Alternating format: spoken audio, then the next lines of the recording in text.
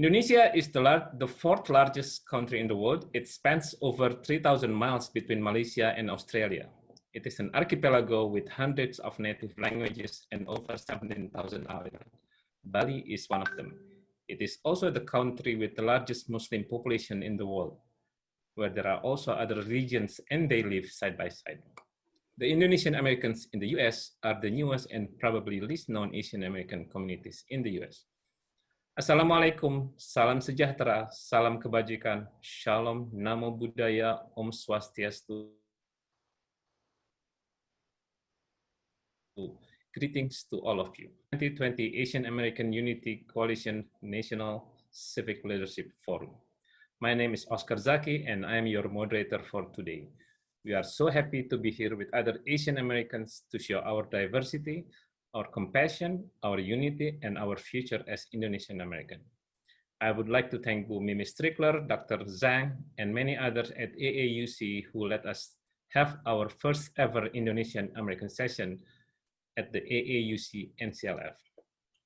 Before we get started, a few housekeeping for the audiences. Please mute your audio, and you can show your videos so the speakers know who you are, and you can see other Indonesians as well.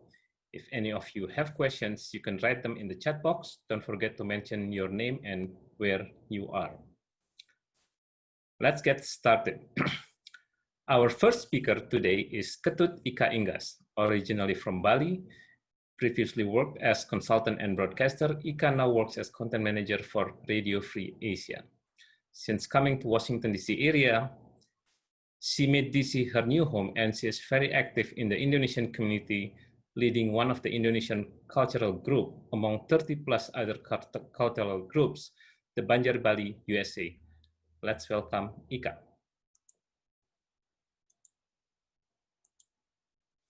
Mute, unmute, Ika.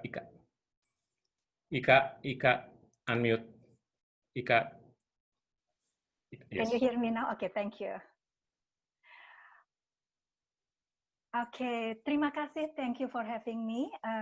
It is an honor to be here in the National Conference Leadership Forum organized by the Asian American Unity Coalition to share some insights on Indonesian immigrants in the United States.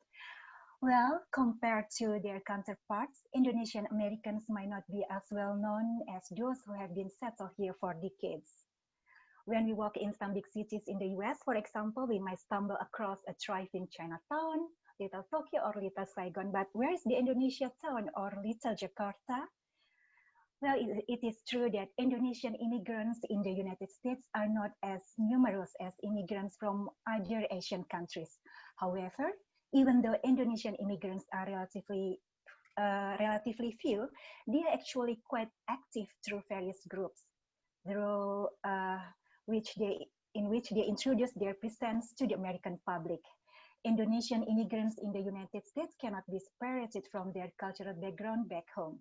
Indonesia's multicultural religious backgrounds play roles in Indonesian communities inside and outside the United States. For that reason, let me bring you to some cultural and demographic facts about Indonesia. So Indonesia is one of the most ethnically diverse societies in the world. Over 600 recognized ethnic groups live in Indonesia with at least 95% native to the archipelago. It is the world's largest archipelago with around 17,500 islands.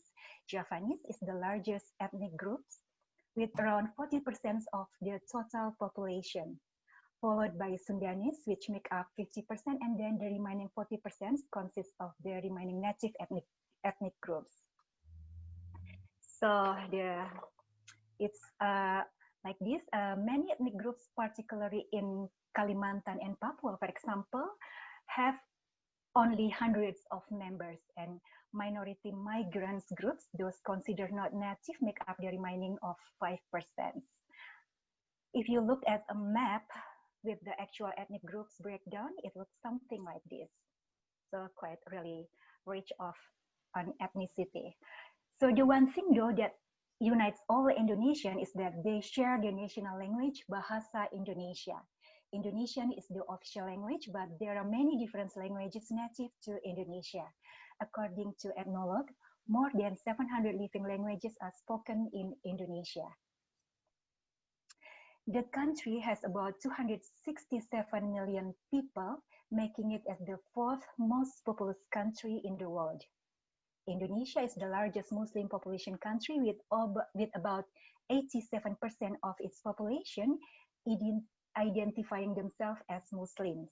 Even though Muslims are the majority, Indonesia is not an Islamic state. The Indonesian Constitution guarantees all people in Indonesia the freedom of worship. The government recognizes 6 official religions: Muslim, Protestant, Catholic, Hindu, Buddhist, and Confucian.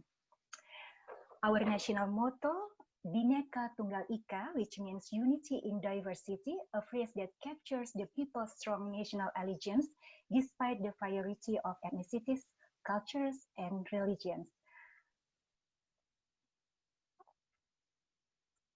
So, noted for their diverse cultural and religious backgrounds and geographical origins, Indonesians who live in the United States split their affection and loyalty between their newfound country and whatever part of their homeland they or their ancestors once inhabited. Unlike other immigrant groups, there are no established Indonesian American ethnic enclaves in the United States. This might be attributed to the fact that Indonesia has one of the most ethnically diverse populations in the world.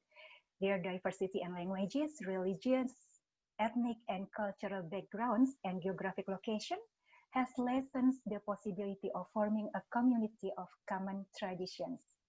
However, in cities where there is a relatively large concentration of Indonesians, such as in New York, Los Angeles, Philadelphia, Houston, and Washington, D.C., there are numerous Indonesian community organizations. For example, here in the Maryland, Virginia, and Washington, D.C. regions, according to the Indonesian Embassy, more than 30 Indonesian-related organizations are functioning. They are all very active, working with the Indonesian Embassy preserving the Indonesian culture, while in the same time also introducing the culture of Indonesia to the American public. Okay, for example, we have here the House of Angklung. It's a cultural group promotes Indonesia to the US community through angklung. You may know angklung, that's the bamboo musical instrument that native to West Java. And we also have here the Rumah Gadang community, which is a group of a community of Indonesian immigrants from West Sumatra. And there is also, for example, is Java's traditional dance group of Singo Lodoyo. There is also Persatuan Bangsa Batak, which is the community of Indonesians from North Sumatra. And we also have Bahasa Indonesia classes by Rumah Indonesia. Here you can learn Bahasa Indonesia for all of the Indonesian diaspora, for all of you Americans. If you want to learn Bahasa Indonesia, Rumah Indonesia is one of the places to do that. And we also have what we know as Indonesian Kids Performing Arts, or IKPA, which support the character building of Indonesian children and the diaspora and the Indonesian diaspora through musical and cultural activities. And as for me, I myself is a Balinese native, and I was grateful that 9 years ago when I moved here to follow my American husband, I found the Banjar Bali USA, which is the Balinese community in Washington, D.C. and surrounding areas. The Balinese community in this area is not big. It has about 30 families with a total of less than 100 people. However, we are quite solid. Although each of us may be busy with work, family, and many other commitments, on special occasions like the Balinese Hindu holidays, we make time to get together to celebrate the holidays by praying together and nurturing our culture and Hindu religious belief. As you know, that almost 90% of Indonesians are Muslim, and only around 2% are Hindu, which are concentrated on the small island of Bali, which has the population around 4.3 million. Balinese people follow a unique form of Hinduism, or we call Agama Hindu Dharma, where we believe in the power of nature and that each element is influenced by spirit. Spirits and ancestors are very highly appreciated. That's why you see people performing rituals and making offerings every day almost in Bali. And actually here in the US, we also make offerings, even though of course it's not every day, but during the Hindu Balinese ceremonies. And Balinese ceremonies are based on the Balinese calendar, in which 1 year consists of 6 months of 35 days per month. So every 210 days, we have gathering usually at the home of one of our members, since there is no Balinese Hindu temple. All the holidays, at the holidays, while we pray together with others who share the same spiritual belief here in the picture,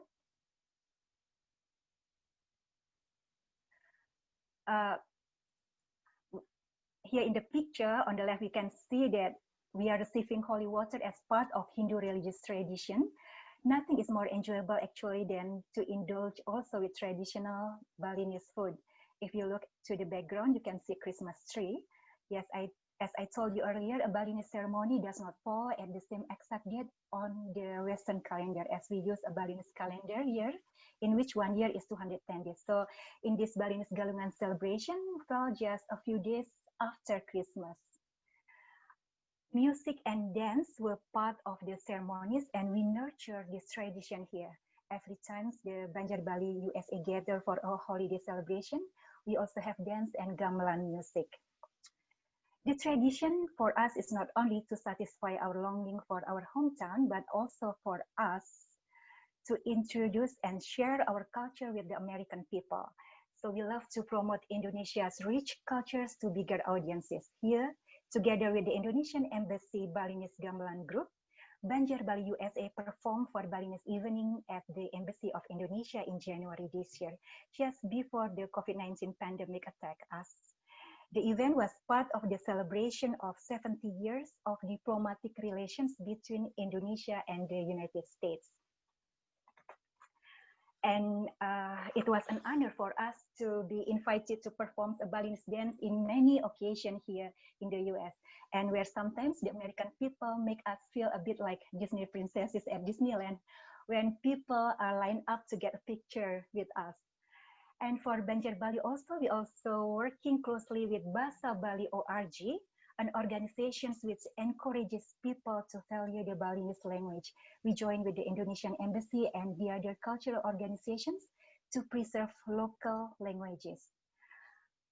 We also introduce our culture in more fun and interesting ways, such as teaching kids on how to make janur creations.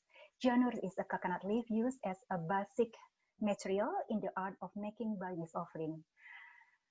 Not only in participating in cultural event, Banjar Bali USA also take part in community service, such as this one where we join in preparing and serving brunch to the homeless in the Maryland, Virginia, and Washington, D.C. area. And here is our picture in front of the statue of Goddess Saraswati at the entrance of the Indonesian Embassy in Washington, D.C. The statue has a very important meaning. The statue of Saraswati, the symbol of education in Hindu belief, worshipped by a mere 2% of the Indonesian population, and yet it stands to represent the relationship between Indonesia and the United States. Indonesia strives to express religious harmony and the importance of education by the world's biggest Muslim majority country, offering a statue of the Hindu goddess to America, a mostly Christian nation. The statue also symbolizes several key principles of Indonesia-United States relations, like education and people-to-people contact. I think the statue shows also how we as Balinese are very proud to be part of the Indonesian immigrant community, and at the same time also, even though Indonesian immigrants might be small compared with other Asian immigrants, we try our best to contribute to the community and become a positive force for the nation. I think that's all. Thank you and terima kasih. Thank you very much, Ika. That's a great presentation from you showing the rich cultural heritage of Indonesia and showing the nation's founder spirit motto of Bhinneka Tunggal Ika. Isn't that coincident? That means a unity in diversity. As Ika mentioned, Indonesia is a country with the largest Muslim population in the world, and many of the Indonesians in the US are Muslims. The DC area is home to many of them, where we have Imam Center, an Indonesian mosque, and among few other cities. And let's hear from our next panelist representing Imam, the Indonesian Muslim Association in America, Mr. Amang Sukasi. Like many Indonesians, Amang came to study in the US for his graduate degree and completed his PhD in statistics from Texas A&M University. Amang moved to DC area in 2002 and has been with many Indonesian American organizations, including Indonesian Muslim Society in America, or IMSA, ICPA, what Ika mentioned, the Indonesia Relief, a relief organization, Hope for Our Children, and he is now chairman of the board of Imam. Let's hear from Amang about the Indonesian American Muslims, where they are a majority in the home country, but here they live in a minority in a diverse American society. Let's welcome Amang. Thank you, sir. Let me share my screen. Okay, can you all see my screen? Yes. Okay, thank you. So my talk is titled Religious Narrative of Indonesian Americans. So talking about Indonesian Americans is probably relevant to talk about their background country, and talking about their background country, which is Indonesia, is probably relevant to talk about religious background. So this is because there is one unique thing about Indonesia from the angle of religions, that is that the country with the largest number of Muslim population in the world is not a country in Middle Eastern or an Arab country, but it is a country in Southeast Asia, which is Indonesia. So this is why I like to present this talk about religious narrative of Indonesian Americans as part of the session on diversity.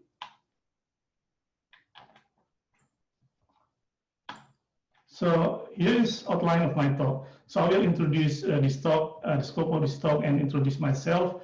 And then I will present a narrative of religions in Indonesia. Then I will present a narrative about Indonesians in this country from their religious aspects, and then closing. So the scope of my talk. So why the topic is about religions of Indonesians Americans? Well, I guess it's about two things. The first one, I would say that Indonesians are generally religious people, regardless of their religions. For example, as Muslim parents immigrated to the US, we want our descendants to live here as Americans. At the same time, we want their right to worship and live as Muslim in this country are also guaranteed. So second, because Indonesian people are generally religious, so initiatives to the Indonesian Americans can or may be channeled through faith-based and community-based approaches. So backgrounds of myself, well, it is more like a disclaimer than talking about myself. So though I will be talking about religions and a bit history in this presentation, but I'm not an Islamic scholar, neither I'm a historian. So I'm talking in this forum in my capacity as the chairman of faith-based organization called Imam. So here is the outline of the narrative about religions in Indonesia. I'll talk about history, practices, and statistics. Well, I will not go over very detailed information and facts about religions in Indonesia, but there will be sort of high-level information that I think are enough to give a background on Indonesian Americans on their religious aspects. So first, the history. So the ancestors who are known as Indonesians in nowadays a modern population, they may have arrived in Indonesia around 2000 BCE and are thought to have originated in Taiwan. Then according to Sanskrit's writing from 200 BCE, a Hindu kingdom in Java and Sumatra, which is located in west part of Indonesia, exists around that time. Indian culture then spread across all Southeast Asia, including in Indonesia, until up about 12th century. During the 7th to 11th centuries, archipelago of Indonesia was dominated by the Buddhist kingdoms named Sriwijaya and Sailendra. So this is why you will find one of the biggest Buddhist temple in the world. I have here the picture here on the upper right-hand corner on my slides, which is called Borobudur, exists in the most Muslim populated country in the world. And then Islam entered Indonesia around the 8th century. Earlier history textbook used in public school described that Islam entered Indonesia through traders from Gujarat, India. But just later on, a historian proposed three theories on how Islam entered Indonesia. The first one, Islam entered Indonesia through traders from Gujarat, India, and then second, through traders directly from Arab. And the third theory said that Islam entered to Indonesia through traders from Persia. And then somewhere in the 19th century, around year 1850, Christianity entered Indonesia, but was not evenly spread throughout the archipelago. An Indonesian province with majority Christian population are in the east part of the Indonesia. So as you can see here in this timeline of history of Indonesia, in many references, including textbook that discuss about history of Indonesia, the timeline is defined partly by the spread of religious Indonesia. Probably this is the best method to describe the chronological order in the historical timeline. So the next is about the practices. As mentioned before, though Indonesia is a country with the largest Muslim population in the world, Indonesia is not Islamic state. However, Indonesia is not secular country either. So it is a sort of compromise between the two. The state foundation document, as in Pancasila, well translated as the State 5 Philosophical Foundation, has the first philosophy about belief in God. The Constitution document also has an article about the freedom of faith and religion. So religions are being taught in public school starting from elementary to even college level. And religions and cultures influence each other in daily practice of people of Indonesia. So here's the data on population of Indonesia broken down by their religions in Indonesia. So I'm presenting this 2010 census data, so sort of 10 years old, because the new data is now being collected by population census that's still ongoing in Indonesia, similar here in the US.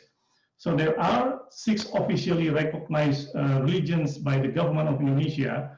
However, based on the data collected by the Indonesian Conference on Religions and Peace, there are about 245 unofficial religions in Indonesia. So as you can see here from this table, Muslims make up about 87% of Indonesian population, and then follows by Christians who make up about 10%.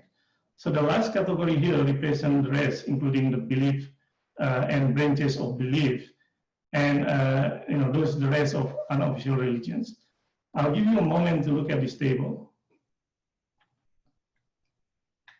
Okay, so the next table is about the number of house of worship by religions.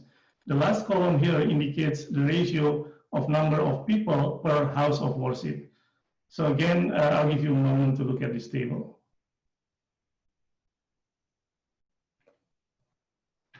Okay, so now we switch the gear to the narrative of Indonesian in the US.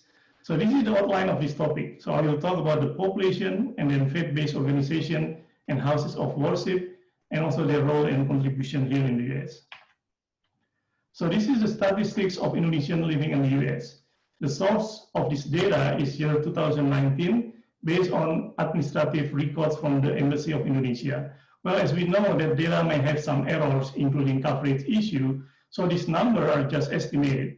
So we found that the estimate are between, we believe that the estimate between 150,000 to 180,000 Indonesians living in the US. And broken down by their religions here in this table, majority of Indonesians in the US are Christians, and then followed by Muslim in second place. So as you can see, there are representation of each religion practices in back home country and then here in the US. So here are Indonesian population in US by states. This table presents statistics for the largest 5 states, sorted in descending order based on the number of Indonesians population, and broken down by their religions. So I'll give you a moment to look at this table. So California, Texas, New York, Pennsylvania, and Washington State. Okay, and because I'm from DC area, so the next table is a statistic for local DC, Maryland, and Virginia, or called DMV area.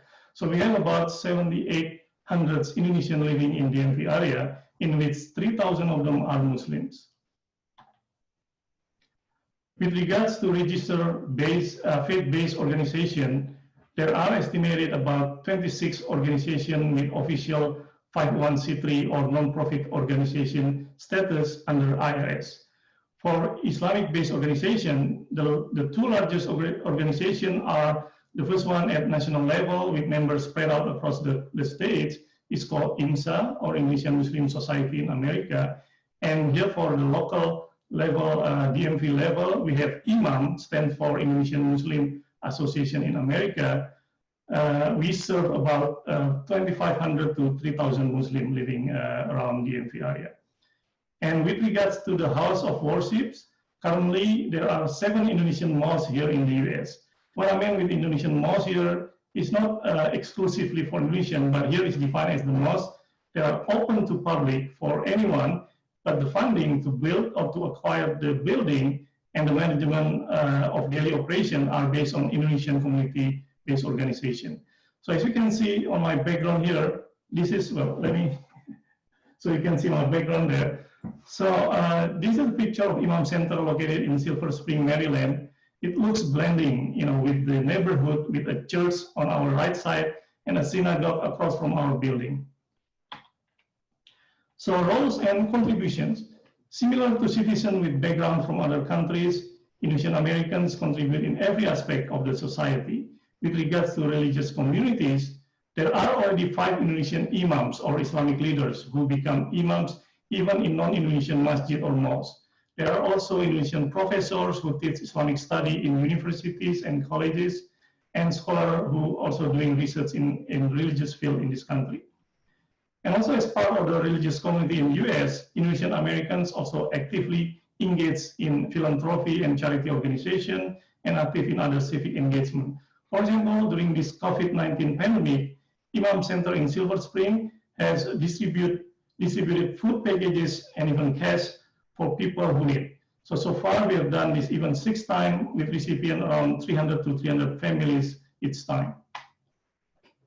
So, okay, as a closing, so there are 3 things the Indonesian American religious-based community can contribute. The first one, we can shape the good moral and characters of individuals through faith-based initiative. And the second one, we can shape a better community here in the US through better understanding of others through interfaith activities. And the last but not the least, with our background and the fact that Indonesian, Pakistani, Indians, and other Asian Muslims represent the biggest population of Muslims in the world. So we can be a good ambassador to the world community. I think that's all, and thank you. I will give back to Oscar. That's great. Thank you very much, Amang. I hope that your presentation shed a light for others that Indonesian American Muslims are a part of a diverse American society. Now, unlike myself, Amang, or Ika, who came to US for study or work, our next speaker came when she was very young, where her father was a student in Morgantown, West Virginia. Their parents, being traditional Indonesian parents who wanted to keep the Indonesian values, didn't find much there in West Virginia. They knew some people in DC area, and that's where they found the Indonesian community here, and also found somebody for her later. Our next speaker is Nadia Shahmalina, a 2nd-generation Indonesian American, educated in America, a professional banker, not only very active in the Indonesian community, but Nadia is very active in civic engagement, representing the political. Nadia is a model for many Indonesian parents who have strong roots with Indonesian culture and at the same time live as a Muslim as American. Let's welcome Nadia. Go ahead, Nadia. Thank you so very much, Bang Oscar, for your introduction. Thank you, Pa Amang and Pa Ika, for your wonderful presentations. Thank you so very much as well to the Asian American Unity Coalition, the National Civic Leadership Forum, and the Civic Leadership USA for supporting, hosting, and sponsoring this amazing program that we all can participate and be a part of. It is such an honor to be here today amongst all of you. Selamat siang and good afternoon to you all. As you all have heard from Pa Ika and Pa Amang, Indonesia is a very diverse nation. Diverse in culture, diverse in religion, diverse in ethnicity, language, even flora and fauna. There are over 600 ethnicities and 700 languages in Indonesia, spread amongst the aforementioned 17,500 islands of the archipelago. But what does this all mean to Indonesian Americans growing up and living in the United States? I know growing up in West Virginia, which I still refer to as my home amongst the hills, I was an enigma for many of my classmates. I was Asian, but I wasn't Chinese, Japanese, Indian, or Filipino. I was Muslim, but I wasn't Middle Eastern. I would get many questions of, who are you? People thought I was mixed. People thought I was pretty much everything but Indonesian.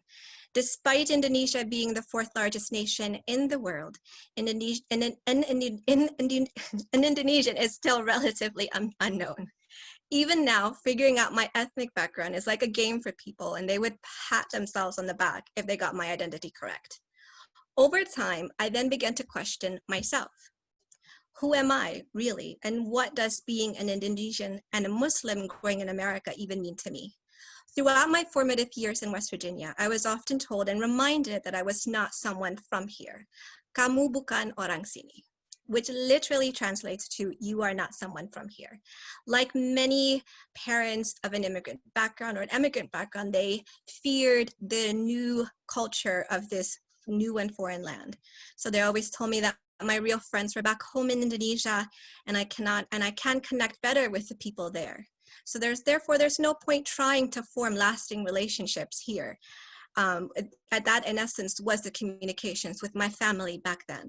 So I ended up closing myself up with the question of, who am I, playing over and over in my head like an annoying broken tape. If there are any Generation Zs out there, a tape is like that physical form of Spotify, but you can actually replay a song you like through it. Google it, it is a fascinating thing. I ended up going back to Indonesia in 1998, and there I actually found the answer to my question. Ironically, seeing the chaos unfold during the 1998 crisis and fall of Suharto, it made me see how important both of my identities are in the bigger picture. I understood the power of community, of grassroots organizations coming together for a cause. I realized the importance of being active, of being an activist. Who am I? I am not an or, Indonesian or American, Muslim or American. I am a both, an Indonesian, an American, and a Muslim, an American. Both identities are a vital part of who I am, and they have become so through my experiences of being an enigma. I didn't have just one or two cultures, I have three. I am one of the many third cultured kids out there, as many of our second generation Indonesian Americans are. Ever since 1998, I became eager to engage my community, to be part of the collective, to be able to answer the question of who are we? Not just to myself, but to the greater society out there. My search for the answers to this question led me to SIA, Society of Indonesian Americans, to IMAM, to IAA, and to being active in my precincts, to being active in grassroots campaigning, to joining forces with other activists in their efforts to empower and magnify all of our voices, especially the voices of our youth. So who are we? We are part of the millions of Indonesian voices out there. We are part of the millions of American voices out there. We are part of the billion of Muslim voices out there. We are e-Pluid Unum together as one in action. Indonesian Americans are present in the arts, in the music and film industries. Indonesian Americans are becoming more active in politics. There's one who's running for federal judge in Louisiana. Indonesian Americans are engaging and supporting their respective American communities, as Pa Amang and Ba Ika has lovely presented in their presentations. We are the Bhinneka Tunggal Ika, unity and diversity in action. In this panel, we have Indonesians representing the very diverse backgrounds, but we are all working together as one. We are the power of our community. Ba Ika and Pa Amang has wonderfully highlighted their experiences with the few Indonesian diaspora organizations like IMAM, Banjar Bali and House of Angklung, IKPA, Rubah Gadang, to name a few. Please allow me to highlight to expand more on these other two organizations, American Association, or IAA for short, and Indonesian Kids Performing Arts, IKPA for short. IAA, since its inception, is focused on empowering all of the Indonesian diaspora here, and since the pandemic, has partnered up with local governments and organizations to support food security efforts and build its capacity as a safety net organization. IAA has distributed thousands of pounds of food since June 2020 for the Indonesian and greater community. Now we're going to go to Iqbal. Iqbal personifies my favorite quote, or exemplifies my favorite quote, which is by director Mira Nair. It is because my roots are so strong that I am able to fly. In its efforts to connect the youth of the Indonesian diaspora to their Indonesian heritage and roots through the arts, Iqbal is helping to set the foundations down for our youth to be able to fly. Members of Iqbal learn Indonesian folklore and folk song as well as Indonesian history through programs and shows like Roro Jongrang, Timun Mas, Luteng Kasarung, and 1928. They are currently focusing on virtual programs and activities to ensure the youth to continue to have a creative outlet and a way to connect with their Indonesian heritage during the pandemic. Let us now watch a video by the musical director of Iqbal, Ulung Tanoto, that highlights the voices of our youth.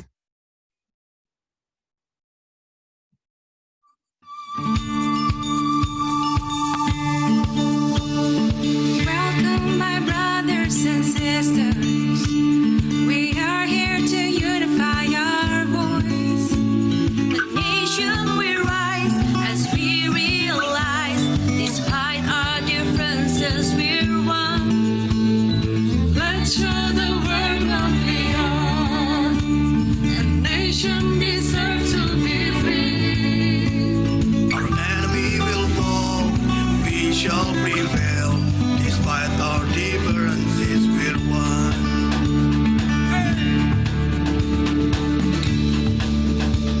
Dear brothers of other religions, we are here to unify our vision. Assalamualaikum, Om Swastiastu. May peace and shalom be with you. Let's show the world what we are. A nation deserves to be free. Our enemy will fall, then we shall prevail. Despite our differences, we're one. The problem is we have so many islands. So what? The problem is we have so many races. So what? The problem is we have so many languages. So what? How can we live side by side? That's why today we proclaim. This is our oath. This is our promise. To share one motherland, be one nation, speak one language of unity. This is our pledge. We hope to keep embrace as the sons and daughters of Indonesia. Bhinneka Tunggal Ika. How about when some try to break us? We are one. What about some religious issue? We are one. What about discrimination? We are one. How can we live side by side? That's why today we proclaim. This is our oath. This is our oath. This is our promise. To share one motherland, be one nation, speak one language of unity. This is our pledge. This is our plan. Hope to keep embrace as the sons and daughters of Indonesia. Bhinneka Tunggal Ika. This is our All across archipelago. This is our right to unify our voice. share one motherland. As we realize, this one language princess we're one. This is our Let's show the world what we are. hope to A nation deserves to be free. as the sons and daughters Then we shall rebel. Bhinneka Tunggal Ika.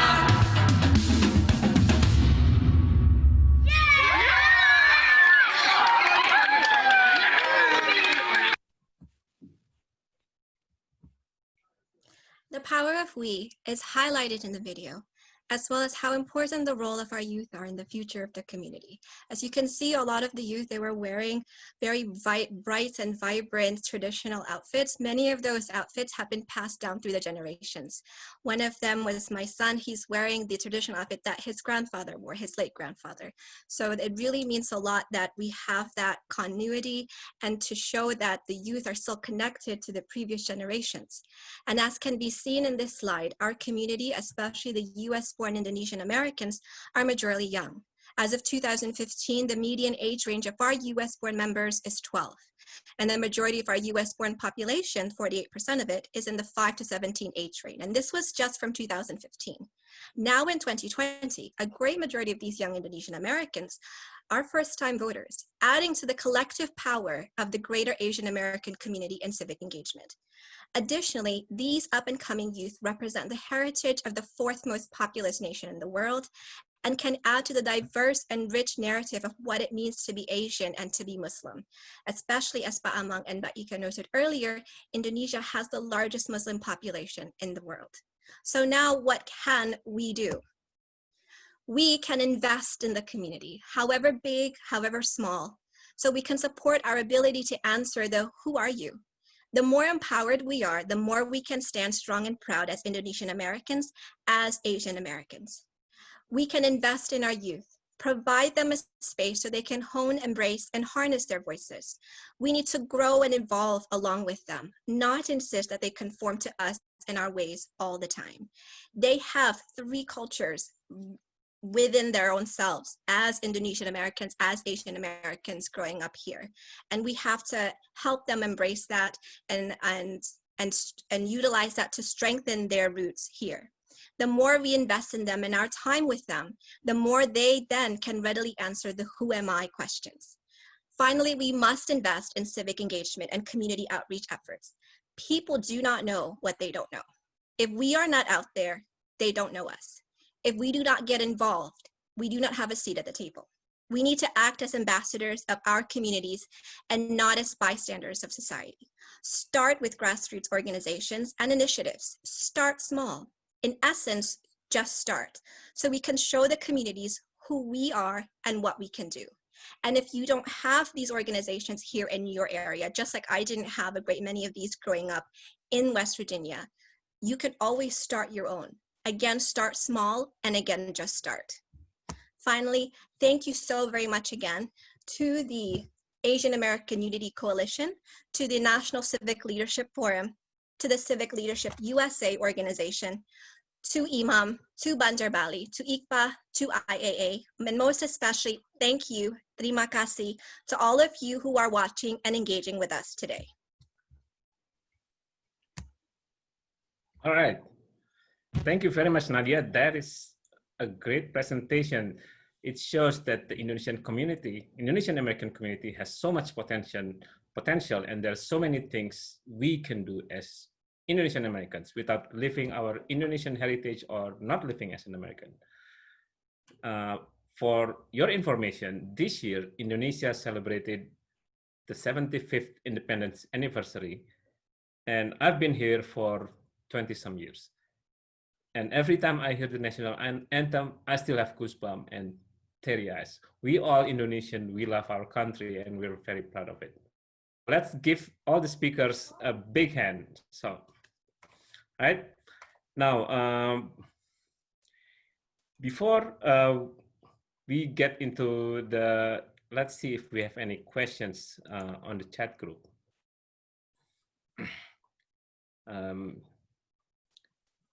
Of course, everybody, some of you have been to Bali, you can do total immersion. Now, the DC area is home to many group of Indonesian American, and you can find any Indonesian food in DC area. A lot of our community members, they do cooking. Now, so let's see if anybody have any questions. You can write down your questions in the chat group, or you can open your video speakers directly. Go ahead.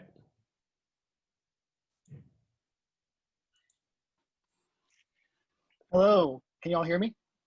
Yes.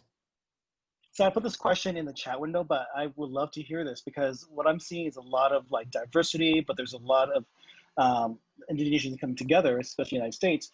How have you been able to like build community, especially around differences like around religion? Because I feel like sometimes we're very polarized, but here I'm seeing a community that almost, it's giving me a sense of hope. And I'm really curious how you've been doing this and how you've been navigating this.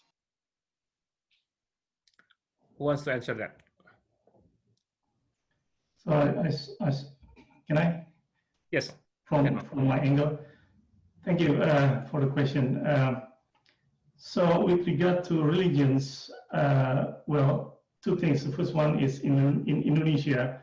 So the government of Indonesia actually accommodate, for example, the host of worships, as I presented earlier, as well as the holidays, for each of the religions. For example, in Bali, they will have local religions, which is Bali, most populated by mostly Hindu and Buddhist, and they have their own, for example, holiday. So, where in that holiday they celebrate, and all the official and the government offices are closed, and then school closed. So the tolerance is quite high in Indonesia. So here in this US, we engage in interfaith, community, whether it's with the Indonesian or with, non-Indonesian in this country. I think through that, engage in interfaith activity, that's, hopefully that's make our understanding each other's better. Thank you, Amang. Yes, as Amang mentioned, the diversity in DC area is just like a diversity in Indonesia. So everybody, regardless of their religion, they actively involved in the community. Do we have any other questions? And excuse me, maybe I will add a little bit. We are here in America, in Washington DC. We're also really thankful to the Indonesian embassy, because to all of the Indonesian community with all of their diverse religious belief, Indonesian embassy here give also chance to celebrate it together with the Indonesian embassy. Like for us, Hindus in Washington DC and the surrounding area, even though our community is quite small, but like once a year we have like New Year celebration. We call it Nyepi, and then sometimes also we can celebrate it together in the, like in Wisma Indonesia, that's the ambassador residence, and also invite other religious belief, and then also the American people. So I think that's the way also to introduce our culture and religions to the more bigger audience in the United States. Thanks. Okay, Kak. Anybody else have any question?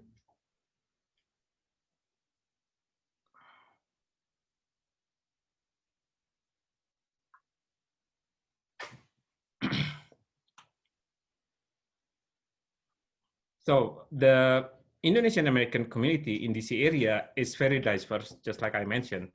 We have diplomats, we have business owners, we have engineers, we have realtors, we have architects, we have accountant, we have students, we have retail person, we have Uber drivers, we have babysitters. It's just a diverse community, and at the same time we're all united around the different groups. Can you imagine there are 30 different cultural groups in DC area, and just every weekend there is at least a few, if not a dozen events that everybody is doing. So if you guys can add into it, all the different activities that every cultural group is doing. I think if I may add, Bang Oscar, Yeah. From my experiences and from what I have learned, getting together, connecting, and understanding each other's diversity is all a part of the Indonesian experience. because we are so spread out. We're not one continuous landscape like the US. So if we want to get to know one another, we kind of have to do a little bit of migration of sorts. You know, the Padang comes to Jakarta, the Minahasa comes to Java or to Kalimantan and so forth. So at the essence of it all, we have embraced our diversity, and it's all set in like the principles of the country, as well as to the foundations of a lot of our cultures. Gotong royong, which means working together, is one of the principles of Indonesia. And it's because we have to be able to overcome whatever challenges or barriers that our differences have put before us, to be able to unite together as a whole country of these various and rich and diverse 17,500 islands. And when we come here, we just kind of bring that culture over here. And I know that growing up in West Virginia, as probably one of 3 Indonesian children in the schools, like I've also learned to embrace the diversity that is in the United States and the beauty of it all. And my parents as well taught me to, you know, always get to know everybody, because again, people don't know what they don't know. And because if you don't know anything, you end up being afraid of it. So it's part of our culture and part of our heritage to really try to get to know and work with one another as Indonesians. So I think it's intrinsic in all of us, and it's just embedded in our traditions and cultures. Great, thank you, Nadia. Now, if you anybody don't have any question, I have a question. So, what common issues do you guys see in the community as a community leader, and how does that impede or help our community from advancing, so we can just be like other communities, other Asian American communities? Who wants to start? Man. Yes. Okay, well, thank you for the question, Oscar. So I think the challenges, to me, well, doesn't necessarily represent others, cultural gaps, because, you know, the Indonesian immigrants are quite young, including myself. I am 0 generation here, and my daughter is a 1st generation. So, you know, I didn't grow up here in the US. So the cultural gap is one of the factors. So I think for that matters, I think we actually, the parents or the adults need as well to grow, so need to learn, the culture here. But at the same time, we also experience like religious gap, between the parents and the children. So unlike back there in our home country, where every student in public school get a religious education, whatever their religion is. So here we don't have that one. So that's why to fill that gap, then the community like Imam actually provide the Sunday school. So that's sort of to close the gap. I think that's all. Okay, great, thank you. Ika, do you have anything to add, or Nadia? Ika, go ahead. Okay, so I think like with our members, the Banjar Bali community, I mean like actually like what Bang Amang Sukasi said, that like culture gap is also one of the things that we face. Like for example, like here, like we don't have Hindus temple here. Like Balinese Hindus a bit different from Indian Hindus, for example, because in Bali, the Hindus in Bali is really influenced by the adat, or what we call culture, the tradition, the local tradition there. So here it's a bit difficult for our children, for us to show our children what is the temple is, how we pray in the temple, or something like that. But so every time when we go to Bali, for example, like my husband always tell my daughter, okay, see your mom how to pray in Bali, because that's the real how you pray there, or something like that. And then when I ask my other Balinese family, they also have the same thing. But of course, like our Muslim friends here, we also try to teach our culture and our religions also to our our kids here. And other problem that we have also, I think, like similar with other immigrants, like for example the language barrier, also that this also will then continue to other problem, like to find job or something like that, because we know like other immigrants also, like maybe a lot of immigrants from Indonesia or from other countries, when they are in their own country, they are really like in high positions, like some of them are bankers or maybe engineers, but here they don't really have job like what they have in Indonesia because of maybe the problem with the standard or something like that. That could be also because of the language barrier or something like that. This is I got from from talking with our members too. Thank you. Nadia, do you have anything to add? If I can add a few more. So I will say from my own experiences again, I believe there are two things that a lot of us immigrants, we have to be mindful of. One is that it's the generational gap between the older generation and then the younger generation, and also the possibility of culture clashes. And I think a lot of people who come here either as immigrants or as immigrants who decide to put roots down here, they may not factor in those challenges. And as a result, they end up clashing a lot with their children. And the communication gap has widened throughout as the years go by, the communication gap will widen. And I feel what's important for all of us is, especially as parents, and right now, especially now that I'm a parent, I have to be mindful of this as well, is that we have to evolve at the same pace as our children do. Because right now I feel my kids are facing a different type of culture than what I faced growing up. Yes, they have more opportunities and more exposure to the Indonesian community here, but they may understand it a little bit differently. So then therefore I have to be open-minded about that, and I have to ensure that the communication line is always fluid and open. And I recall starting this again whenever I was younger with my families, and I brought up to them about like the third culture kids, about the differences between assimilation and acculturation, and how we don't need to fear entirely this new culture here, because they do have a wonderful traditions in it that we could incorporate ourselves.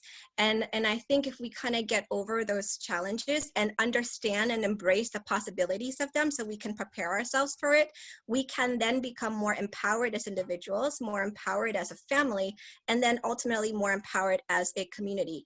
If we kind of push that under the rug and say, no, my family's fine, it's not me, it's not them, it's the culture out there that's the issue, we will never properly face these problems head on, and we will never properly address it, and we're just going to continue to let it fester like a disease in essence. And so I would say for all of us out there, one is to evolve as an individual and as a parent and as a family, and to be mindful of the possibility of these culture clashes, however big or small, happening in the community. And then also 3, always keep that line of communication out there. And like my parents, I stayed up talking to them till 3 a.m. and I will stay talking up to my kids as well if I need to till 3 a.m. as well too. But so those 3 elements are very important facets of the immigration experience that a lot of us either put down as non-essentials, or it doesn't affect us, or we kind of push them under the rug and say, no, it will never happen to us, we are better than that, etc. and so forth. So I feel that if we address those 3 areas, we will then start the process of rising above them to become a stronger and more empowered community. That's great.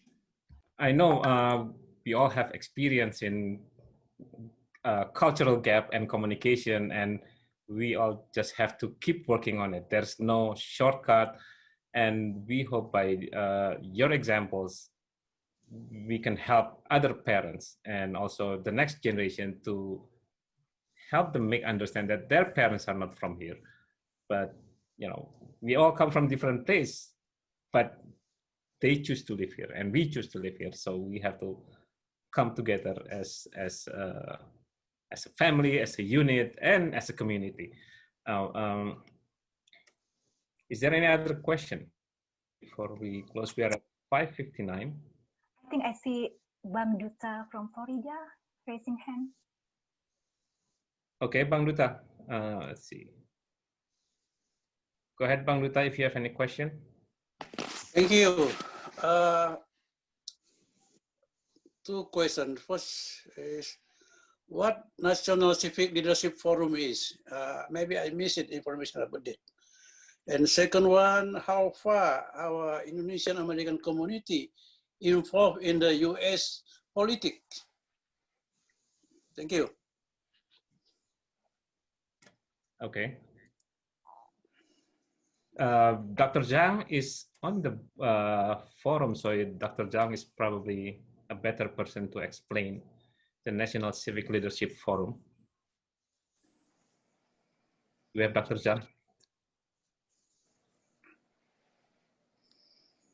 Probably he dropped already. Okay, I think he dropped. Yes, so you want to answer that? I can try it.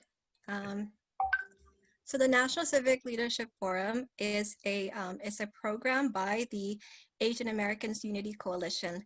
And the goal of this forum is to, again, magnify our voices as Asian Americans and to show the world that, you know, we are empowered, we are diverse, and we are the future. And I believe Dr. Zhang stated that in about 40 years from now, Asian Americans population would jump like over 10 to 20%.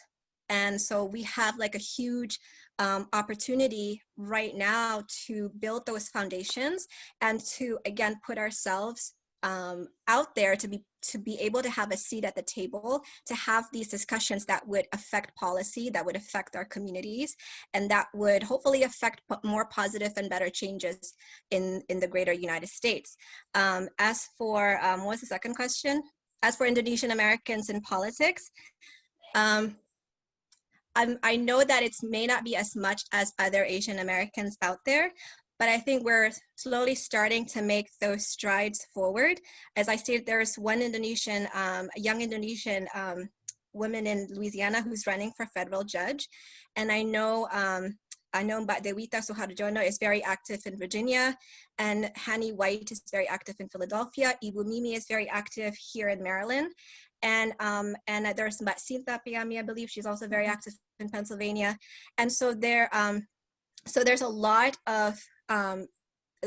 of strides being made for us to become more civically engaged, but there's still opportunities involved. I will say that my own participation in it could be a lot more. I am part of the precincts here in Montgomery County, Maryland. I am the vice chair in my local precinct here, so I am in charge to make sure that the voters get the information out there about voting opportunities, how to send their ballots, like mail-in or their polling places and so forth, and to be able to get the vote out there. Additionally, 4 years ago, I was involved with quite a few of the campaigns, and I did canvassing in Philadelphia. And one of the most enlightening experiences is to have my name on the ballot. And it wasn't for some big official position. It was just to be a delegate to the convention. But to have, I think I was able to garner like 30,000 votes. And I remember being out in the precincts and telling them, you know, hey, get out the vote, and, you know, please vote for us. And then somebody coming out here and they went, oh, I saw your name out there and I voted for you because your name was unique.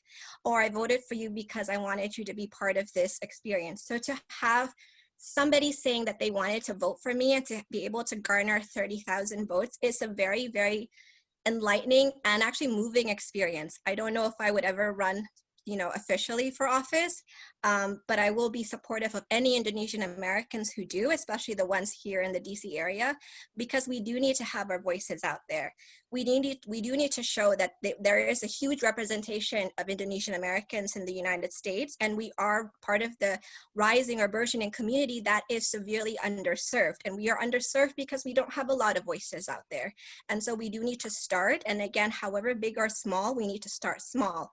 I made it a focus of mine to start at the grassroots movement and see how that would be like, and see how much of an impact that I can do, that I can make in my own communities here before I even think of jumping into the formal political realm and actually putting my name out there as to run for office or something. But I believe we all should start small, and we all should start somewhere.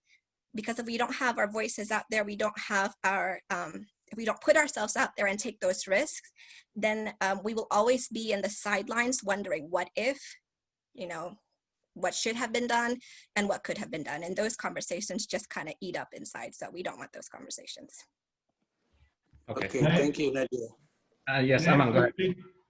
Yeah, I know we are run out of time, but quickly. I think the first one is remember, if you are eligible to vote, if you're a US citizen and eligible to vote, please vote. So that's the minimum participation that you can do for politics in this country. The second one, respond to the census data collection, because numbers is matter, and the program and then the federal funding allocation and whatnot, that is based on number. So if you're not counted in census and that reduces the count in your county or in your state and so on, then that's pretty much will bias the decision by the sort of the official. Thank you. Yes. Yeah, and then just for all of the Indonesian immigrants also, if you, just like what the other panelists also say, that okay, in about 2 months we have the another chance, so please use the chance. I mean, really, this is the best time to really vote, and then so to make sure that for the next administrations also will give more power to the voice of the immigrants. Thank you. Thank you. How big Indonesian American voter for this coming election? Any information about that? Does anybody have any answer about how big the Indonesian American voter? Not yet, but it's good. It's in process. Yes. There's Pak Rahmat from the embassy. Maybe he can help. Of course not. Indonesian election. Indonesian I can more answer concerned for about election, not for American election. All right, I think there's 2 more questions. Yes, I think Bu Mimi. Go ahead, Bu Mimi. Please unmute yourself.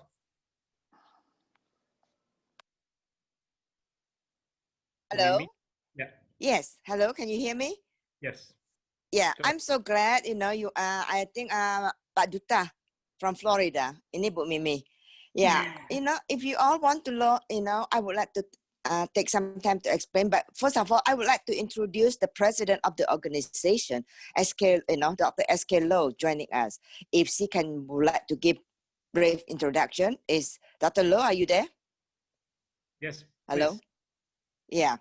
Please Yeah. I don't, yeah.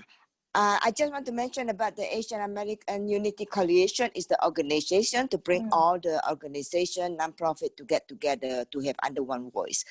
So proud because sometimes a lot more Asian all look alike. But that's why not much Indonesian, but you guys come up, to join. That is very wonderful.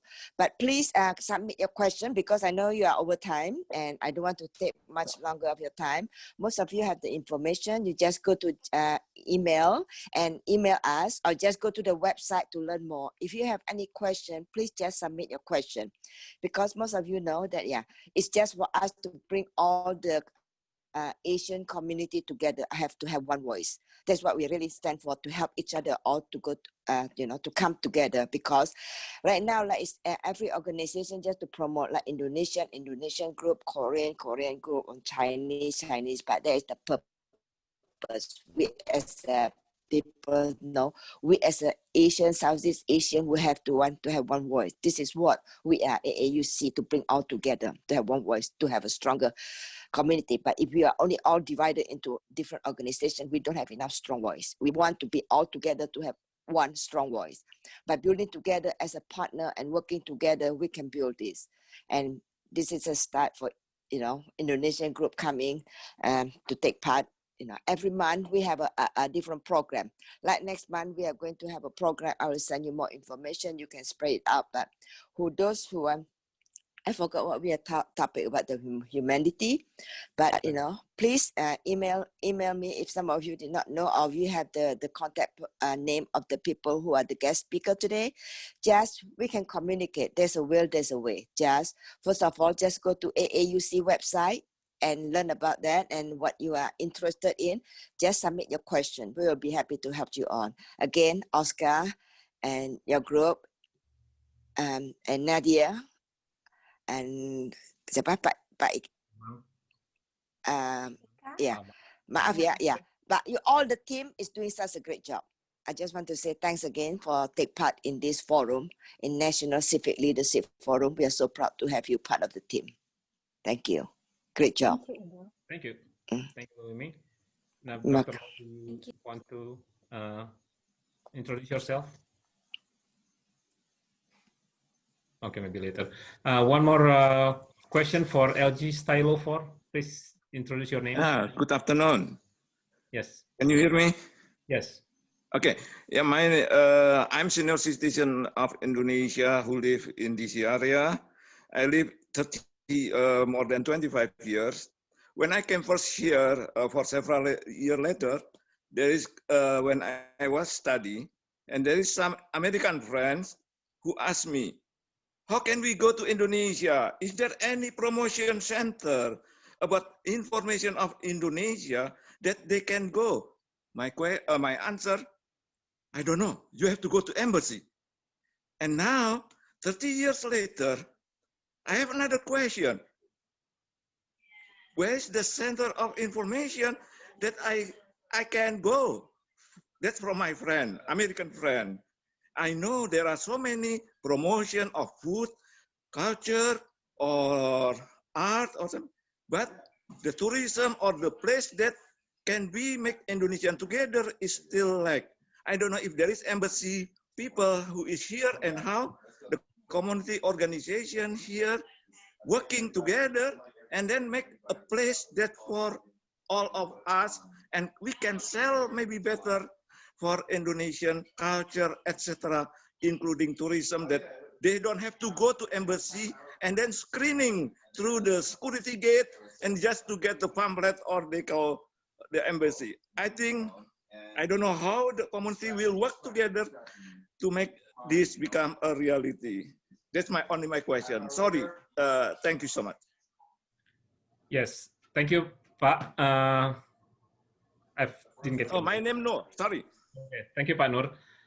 Yes, your question is, maybe I can answer that. Just as the Indonesian American Association, the Indonesian American community has a long dream for having our own community center.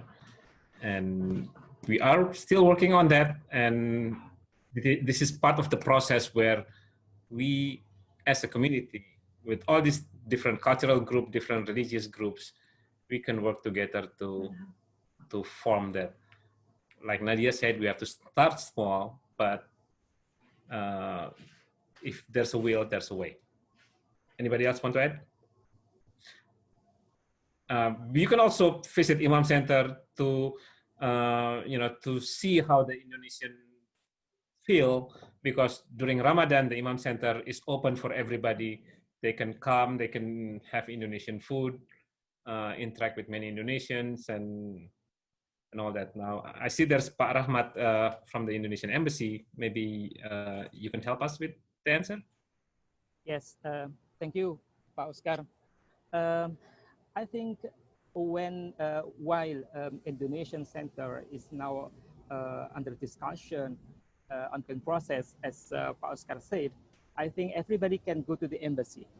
The screening guard is not that difficult, so I think it is very easy to visit to the embassy, and I think we are very happy to disseminate any information needed. And secondly, if it is not possible to go to visit to Indonesian embassy, I think everybody can follow Indonesian embassy social media. We have Twitter, we have Facebook, we have Instagram, and we disseminate Indonesian information about Indonesia through our social media. And also we disseminate our information also through embassy's website.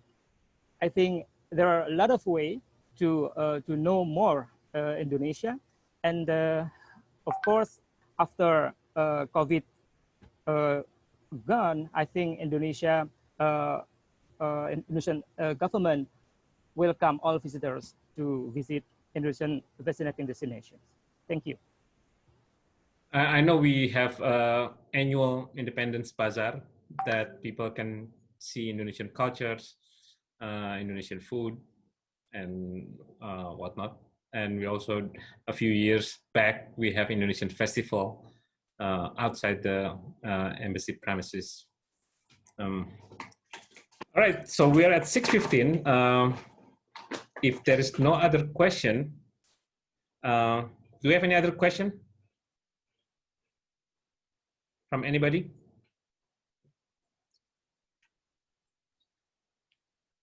Okay, so as closing, I would like to have 1 minute statement closing for all the panelists. So let's start with Ika. Okay, thank you. And then I'm as part of the Indonesian Americans here, and we really thank you for this chance and then these occasions. And then in this time also, like what one of the audience here mentioned, Ibu Mimi, that all of us, like all of the immigrants here, the Asian immigrants, have to work together and then try to find what is like the same common the same things that we can work together, so our voice become really bigger. That will be one thing also. And besides the thing, we also want to emphasize again that Indonesia, even though the Indonesian immigrants small, but we are quite active, and then we all will try our best to contribute to the community and become a positive force for the nation here. Thank you. Thank you, Ika. Amang? Yes, thank you. So if you like to know more about Indonesia, Indonesian Muslim, Indonesian culture, and so on, one of the places that you can get is, as mentioned before by Oscar, is Imam Center. So Imam Center is open 7 days a week, and you can just visit without appointment, and then you can meet with the imam there, meet the staff there. So for more information, you can go to our website, imamcenter.org. So you can get the address, the contact info, and whatnot. Thank you. Thank you. Nadia? So I just want to say thank you so very much again for everybody here. I think being here means a lot to all of us, especially to our community. And I think my biggest takeaway from all this and from my experiences is just to start small, start being active. Even people think civic engagement or politics, it's dirty or it's just too big or too crazy out there. But if you really focus on the grassroots movement, which is what Ika and Amang and Oscar is doing through their respective organizations, you can actually see how much of an impact your efforts are, or your efforts get, your efforts have. And again, if you don't have these organizations in the communities where you are at, there's nothing that would stop you from trying to make something. Again, that one step forward opens up so many journeys and pathways that we would need to take, or we have to take, to ensure that we all become an empowered community. So again, just start small, just start actually, and pave those ways and set those foundations for our community to become empowered, for our youth to become empowered, and for all of us to have a stronger and magnified voice in wherever we are at. So thank you so very much. Thank you. So with that, for closing, I would like to thank AAUC for having us as the participant in this great conference. This is not the only session that we have. If any of you are following AAUC, this is a week-long conference, and then you can sign up online. You can see what other communities are doing. I would like to thank all the panelists, Ika from Banjar Bali, Amang from Imam Center, and Nadia from IAA for your presentation and your contribution. Participants from attending this session. Thank you very much. Assalamualaikum, salam sejahtera, and good afternoon. Thank you. Thank you. Thank you all. Thank you. Good job. Thank you. Thank you, Bu Thank you for Mimi. everything. Bye. Bye. Terima kasih. Proud of you all. Great. Terima kasih. Terima kasih. Sama-sama. Nadia, you're dynamic. You know, get me involved if your organization you want to do anything. You know, that Oh, itu, yeah. but you know, mention all your activity. I'm not aware of, and I didn't. You know, if you send me the flyer, I will be able to help you more promote to all the different organizations. But I would like to get you involved. I will send you more information about upcoming November event. If you get interested to take part of that, let me know. But you know, that's great. So Nadia, you are on, right? For the 18, right? You are going to Yes, be ma'am. Okay, that's good. So we all will be in touch. Good job once again. Thank you. Take care. Bye. Thank you. Bye. Bye-bye. Bye. Do I end the recording? Where's I Amar? think- Hold on. It's fine. If you end the meeting, it will stop the recording. Okay. Thank you. Thank So we'll not you. record it again, Thank you, right? ma'am. Thank you. Thanks for the information. Okay. Thank you. Bye.